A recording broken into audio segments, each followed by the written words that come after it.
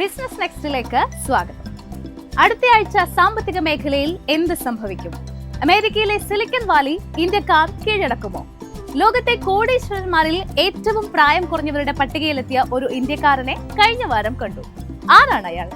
മാർക്കറ്റിൽ ഉൽപ്പന്ന വിലയുടെ കയറ്റിറക്കങ്ങൾ എങ്ങനെ?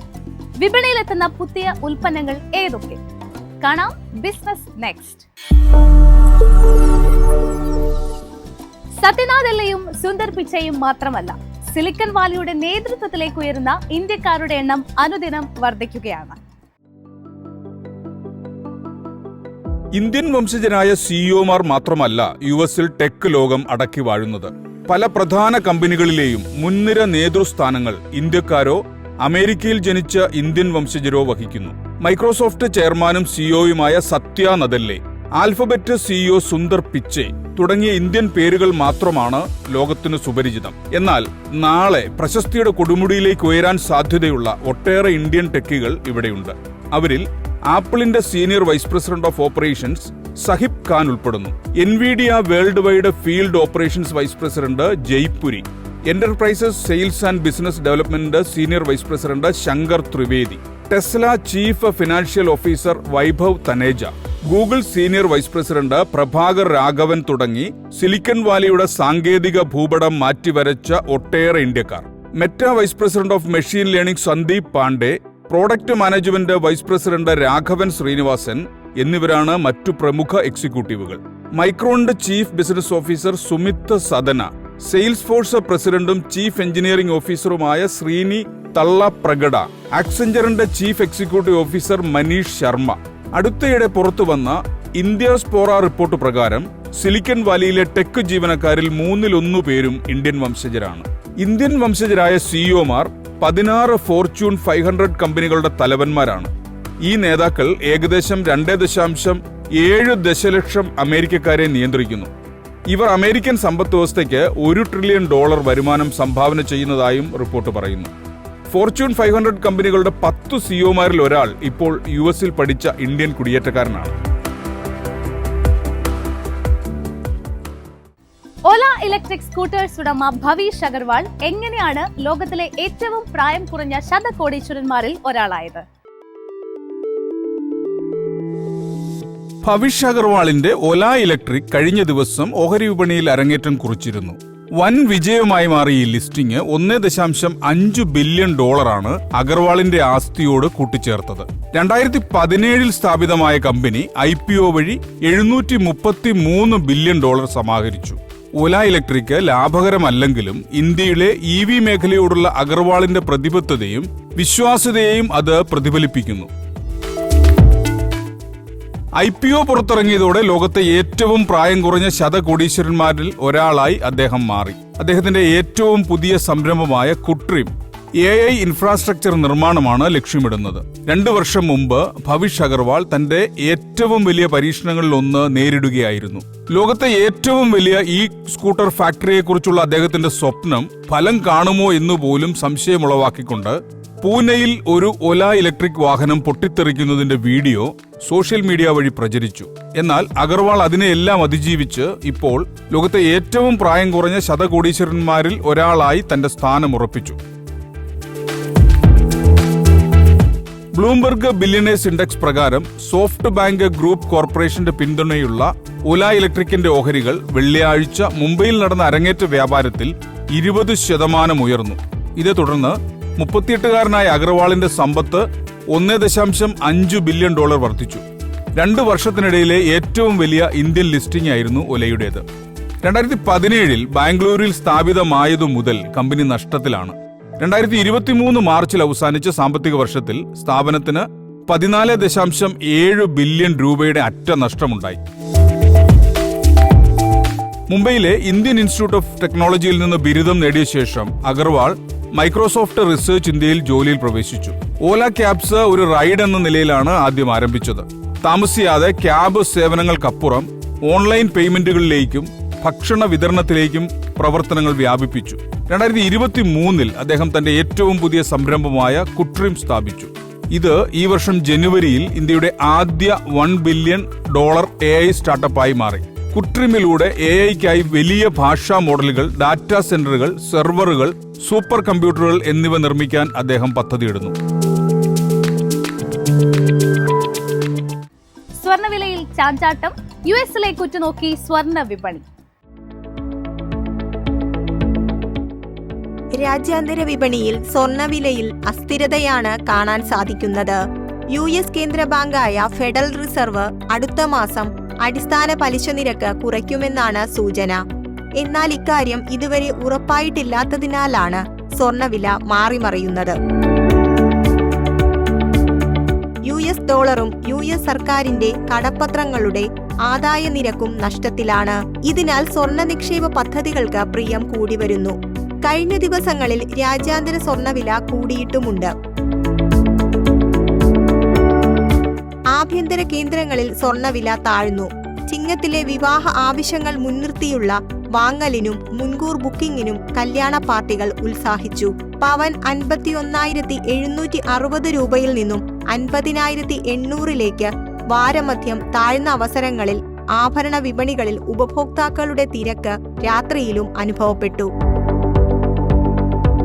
ശനിയാഴ്ച പവൻ 51,560 രൂപയിലാണ് വ്യാപാരം അവസാനിപ്പിച്ചത്. അന്താരാഷ്ട്ര സ്വർണ്ണവില ട്രോയ് ഔൺസിന് $2,430. കാർഷിക വിപണിയിൽ അടുത്ത വാരം ചരിത്ര നേട്ടത്തിൽ റബ്ബർ, വിളവെടുപ്പിനൊരുങ്ങുന്ന ഏലത്തോട്ടങ്ങൾ. ഇന്ത്യൻ റബ്ബർ ചരിത്ര നേട്ടത്തിലാണ്. എന്നാൽ റബ്ബർ ക്ഷാമം രൂക്ഷമായിട്ടുണ്ട്. കഴിഞ്ഞ 2 മാസങ്ങളിൽ വില ഉയർത്താതെ സമ്മർദ്ദത്തിലാക്കിയ ടയർ ലോബി നിലവിൽ എന്തുവിലയ്ക്കും ഷീറ്റ് വാങ്ങുന്നുണ്ട്.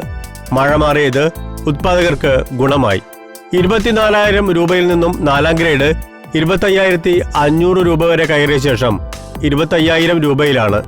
വില ഇനിയും ഉയർന്നേക്കും. ഷീറ്റ് കുറവ് കാരണം കൊച്ചിയിലും കോട്ടയത്തും ബുള്ളിഷ് ട്രെൻഡ് തുടർന്നേക്കും. ഇതിനിടെ ഇറക്കുമതി റബ്ബറുമായി കൂടുതൽ കപ്പലുകൾ വരുന്നുണ്ട്. അതിനാൽ അടുത്ത 2 ആഴ്ചകളിൽ വിലയിൽ ചാഞ്ചാട്ട സാധ്യതയുണ്ട്. പ്രതികൂല കാലാവസ്ഥയിൽ ദക്ഷിണേന്ത്യൻ കാപ്പിത്തോട്ടങ്ങളിൽ വ്യാപകമായ കൃഷിനാശം. വയനാട്ടിൽ ഏകദേശം 200 ഏക്കർ കാപ്പി കൃഷിക്ക് നാശം നേരിട്ടു. ഇതുകാരണം അടുത്ത സീസണിൽ ഉൽപാദനം 20% വരെ കുറയാം. ജനുവരിയിലാണ് കാപ്പി സീസൺ. അതേസമയം രാജ്യത്തെ കാപ്പി ഉൽപാദനത്തിൽ 3/4 പങ്കും വിളയുന്ന കർണാടകത്തിലെ കൂർഗിലും ഹസൻ, ചിക്കമംഗ്ലൂർ ജില്ലകളിലെ തോട്ടങ്ങളിലും കാപ്പിക്കുരു ഇളമൂപ്പിൽ തന്നെ കൊഴിഞ്ഞു വീണത് കനത്ത ആഘാതമായി. വയനാട്ടിൽ ഉണ്ടക്കാപ്പി 11,500 രൂപയിലും പരിപ്പ് 37,500 രൂപയിലുമാണ്. ഏലത്തോട്ടങ്ങളിൽ വിളവെടുപ്പിനുള്ള ഒരുക്കത്തിലാണ് ഉത്പാദകർ. 2 മാസം വൈകിയാണ് സീസണ് തുടക്കം കുറിക്കുന്നത്. ഇടുക്കി, വയനാട്, പാലക്കാട് ജില്ലകളിൽ മഴ അല്പം കുറഞ്ഞത് ആശ്വാസമായി. സാധാരണ ഡിസംബർ വരെ 5 റൗണ്ട് വിളവെടുപ്പിന് അവസരം ലഭിക്കാറുണ്ട്. സീസൺ സെപ്റ്റംബറിലേക്ക് വൈകുമെന്നതിനാൽ വിളവെടുപ്പ് 3ാം റൗണ്ടിൽ അവസാനിക്കും. വാരാന്ത്യം തേക്കടി ലേലത്തിൽ ശരാശരി ഇനങ്ങൾ കിലോ 2,247 രൂപയിലും മികച്ച ഇനങ്ങൾ 2,737 രൂപയിലുമാണ്. കുരുമുളക് സംഭരണത്തിൽ അന്തർ സംസ്ഥാന വ്യാപാരികൾ നിരക്ക് താഴ്ത്തി. വിദേശമുളക് താഴ്ന്ന വിലയ്ക്ക് അവർ വാഗ്ദാനം ചെയ്യുന്നതും തിരിച്ചടിയായി. ഡൽഹി, കാൺപൂർ, ഗ്വാളിയർ വിപണികളിൽ സ്റ്റോക്കുള്ള ശ്രീലങ്കൻ, വിയറ്റ്നാമീസ് മുളക് വിറ്റുമാറാനുള്ള നീക്കത്തിലാണ് അവർ. കൊച്ചിയിൽ അൺഗാർബിൾഡ് മുളക് വില 65,600 രൂപ. രാജ്യാന്തര വിപണിയിൽ ഇന്ത്യൻ നിരക്ക് ടണ്ണിന് $8,200. ഇനി ലോഞ്ച് പാഡ്. പുതിയ ആഴ്ചയിൽ വിപണിയിലെത്തുന്ന പുത്തൻ താരങ്ങൾ, ഉത്സവ സീസണ് മുന്നോടിയായി എത്തുന്ന പുത്തൻ മൊബൈലുകൾ. ഗൂഗിളിന്റെ pixel 9 series, honour magic 6 pro, Xiaomi Mi Mix flip എന്നിവയുൾപ്പെടെ നിരവധി സ്മാർട്ട് ഫോണുകൾ വിപണിയിൽ. പുതിയ ഡിസൈനുകൾ, നൂതന ക്യാമറ സാങ്കേതികവിദ്യ, മികച്ച ചിപ്സെറ്റുകൾ എന്നിവയാണ് ഇവയുടെ സവിശേഷത. ഇടത്തരം ഫോണുകളിൽ Vivo V40 series, budget friendly Poco M6 plus തുടങ്ങിയ മിഡ് റേഞ്ച് ഓപ്ഷനുകൾ വിപണിയിൽ സജീവമാണ്. ഫോൾഡബിൾ ഫോണിനൊപ്പം AI ഫീച്ചറുള്ള മികച്ച ചിപ്സെറ്റുള്ള മോഡലുകളാണ് വിപണിയിൽ ഇപ്പോൾ ഉള്ളതും ഇനി ഇറങ്ങാനിരിക്കുന്നതും. ഗൂഗിൾ, ഷവോമി മറ്റ് മുൻനിര ബ്രാൻഡുകളിൽ നിന്ന് ഓഗസ്റ്റിൽ സ്മാർട്ട് ഫോൺ ലോഞ്ച് ചെയ്യുന്നുണ്ട്. ഗൂഗിൾ പിക്സൽ 9 സീരീസ് ബുധനാഴ്ച ഇന്ത്യൻ വിപണിയിലും ചൊവ്വാഴ്ച ആഗോള വിപണിയിലുമെത്തും. വിപണിയിലേക്കുള്ള ഗൂഗിളിന്റെ ഏറ്റവും പുതിയ മുന്നേറ്റമാണ് Pixel 9 pro foldable phone. Pixel 9 series ഗൂഗിളിന്റെ അത്യാധുനിക AI സോഫ്റ്റ്വെയറോട് കൂടിയതാണ്. ഷവോമിയുടെ folding phone MI Mix Flip ഈ മാസം അവസാനത്തോടെ ലോഞ്ച് ചെയ്യുമെന്നാണ് റിപ്പോർട്ട്. ഫ്ലിപ്പ് ഡിസൈൻ ഫീച്ചറുള്ള ഈ ഫോൺ നൂതന രീതിയിലുള്ള എല്ലാ സവിശേഷതകളോടും കൂടിയാണ് വിപണിയിലേക്ക് എത്തുക. മികച്ച ബാറ്ററി പെർഫോമൻസ്, ഫ്ലെക്സിബിൾ ഡിസ്പ്ലേ, മികവുറ്റ ക്യാമറ എന്നിവയാണ് സവിശേഷതകൾ. IQ Z9 സീരീസ് ഈ മാസം 21 ലോഞ്ച് ചെയ്യുമെന്നാണ് report. Snapdragon 7th generation 3 ചിപ്സെറ്റും 6000 mAh ബാറ്ററിയുമാണ് സവിശേഷത. ഗെയിമിംഗ് ആപ്ലിക്കേഷനുകൾ, ഗ്രാഫിക്സ് എന്നിവ വളരെ എളുപ്പത്തിൽ ഒരു തരത്തിലുമുള്ള ഹാങ് ഇല്ലാതെ ഉപയോഗിക്കാൻ കഴിയും. ഗെയിമിംഗ് ഇഷ്ടമുള്ളവർക്കും ഗ്രാഫിക്സ് ചെയ്യുന്നവർക്കും ഈ ഫോൺ നല്ല ഒരു ഓപ്ഷനാണ്. മോട്ടോറോള എഡ്ജ് 50 നിയോ 2 ആഴ്ചയ്ക്ക് ശേഷം ലോഞ്ച് ചെയ്യുമെന്നാണ് റിപ്പോർട്ട്. എഡ്ജ് 50 നിയോ പഴയ മോഡലിനേക്കാളും ഒട്ടനവധി പുതിയ ഫീച്ചറുകളോടെയാണ് എത്തുന്നതെന്നാണ് വിലയിരുത്തൽ. പോക്കോ M6 പ്ലസ് ഈ മാസം അവസാനത്തോടെ വിപണിയിലെത്തും. Snapdragon 7th generation 2AE chipset നൽകുന്ന ഈ സ്മാർട്ട് ഫോൺ മികച്ചതായിരിക്കുമെന്നാണ് റിപ്പോർട്ട്. മികച്ച ഫീച്ചറുകളോടെ ബഡ്ജറ്റ് ഫ്രണ്ട്ലി ഫോണുകൾ തിരയുന്നവർക്ക് ഇത് നല്ല ഒരു ഓപ്ഷനാണ്. OnePlus Note 4, Motorola edge 50 pro എന്നിവ 35,000 രൂപയിൽ താഴെയുള്ള ഫോണുകളാണ്. മിഡ് റേഞ്ച് പ്രൈസിൽ എല്ലാ നൂതന ഫീച്ചറുകളും വേണ്ടവർക്ക് ഇവ മികച്ച ഓപ്ഷനായിരിക്കും. 2 ഫോണുകളും സോഫ്റ്റ്വെയർ, പെർഫോമൻസ്, ഡിസൈൻ, ഫീച്ചറുകൾ എന്നിവയിൽ മികച്ചതാണ്. 2 ഫോണുകളും ഈ മാസം വിപണിയിലേക്കെത്തും.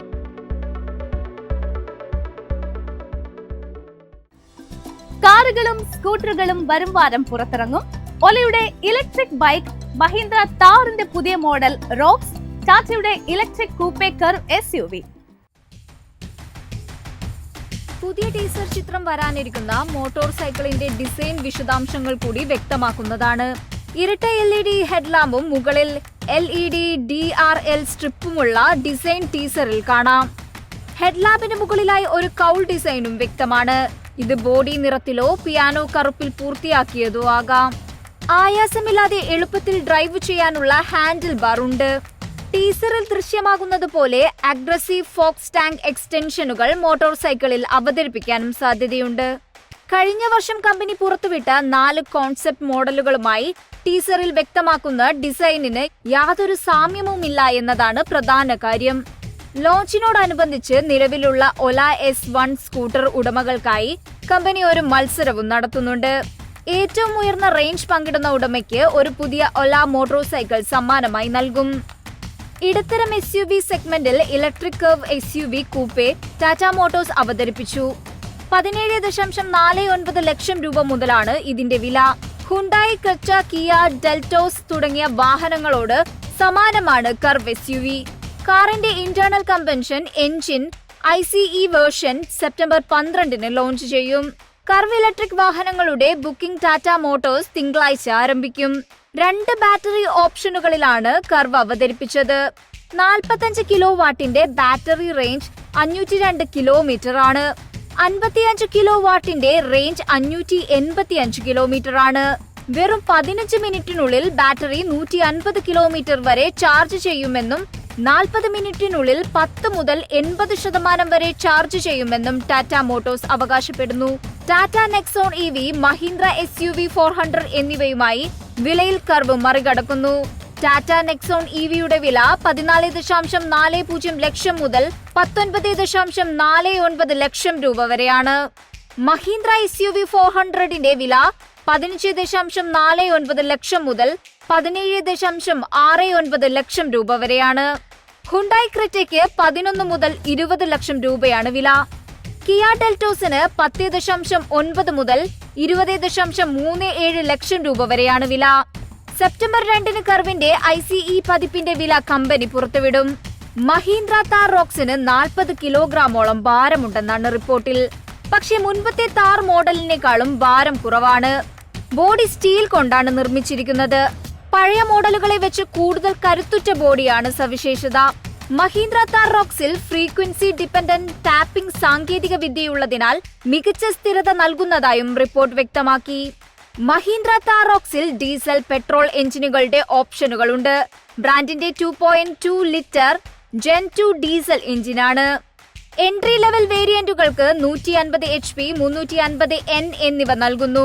ഉയർന്ന മോഡലുകളിൽ SUVക്ക് 172 HP-യും 370 Nm ടോർക്കും ഉണ്ടാകും. 6 speed manual, 6 speed torque converter, automatic എന്നിവയിൽ എഞ്ചിൻ പ്രവർത്തിക്കും. സ്കോർപിയോ N SUV 700 എന്നിവയിൽ ഉപയോഗിച്ച 2.0 ലിറ്റർ ടർബോ പെട്രോൾ എഞ്ചിനാണ് താർ റോക്സിൽ. സ്കോർപിയോ എന്നിൽ ഉപയോഗിച്ചിരിക്കുന്ന ബ്രാൻഡിന്റെ 4 എക്സ്പ്ലോറർ ഓഫ് റോഡിംഗ് സാങ്കേതിക വിദ്യ തന്നെയാണ് താർ റോക്സിലും ഉപയോഗിച്ചതെന്നാണ് വിലയിരുത്തൽ. താർ റോക്സ് ഓട്ടോമാറ്റിക്കൽ ഒരു പ്രത്യേക കോൾ സ്മാർട്ട് അസിസ്റ്റ് ഫീച്ചറോടെയാണ് വരുന്നത്.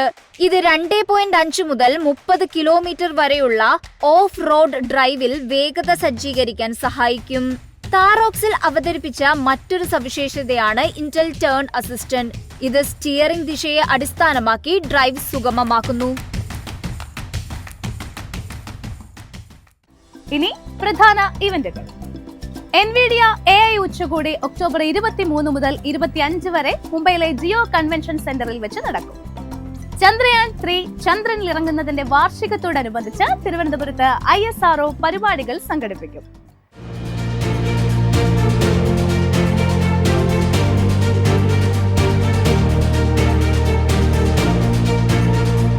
ഓഗസ്റ്റ് 23-നാണ് ചന്ദ്രയാൻ 3 ചന്ദ്രനിൽ ഇറങ്ങിയതിന്റെ 1-ാം വാർഷികം ആഘോഷിക്കുന്നത്.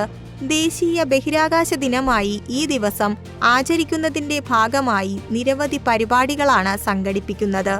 കേരളം, ലക്ഷദ്വീപ്, മാഹി എന്നിവിടങ്ങളിൽ പരിപാടികൾ സംഘടിപ്പിക്കുന്നുണ്ട്. തിരുവനന്തപുരത്ത് ഓഗസ്റ്റ് 16 മുതൽ 18 വരെയാണ് പ്രദർശനം. ആഘോഷത്തിന്റെ ഭാഗമായി സ്കൂളുകളിൽ ക്വിസ് മത്സരങ്ങളും നടത്തുന്നുണ്ട്. ISRO 2023 ഓഗസ്റ്റ് 23-ന് ചന്ദ്രന്റെ ദക്ഷിണ ധ്രുവ മേഖലയിൽ ചന്ദ്രയാൻ 3 വിക്രം ലാൻഡർ വിജയകരമായി ഇറക്കിയിരുന്നു.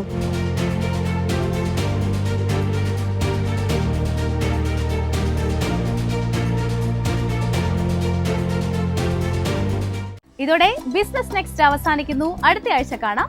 ബൈ.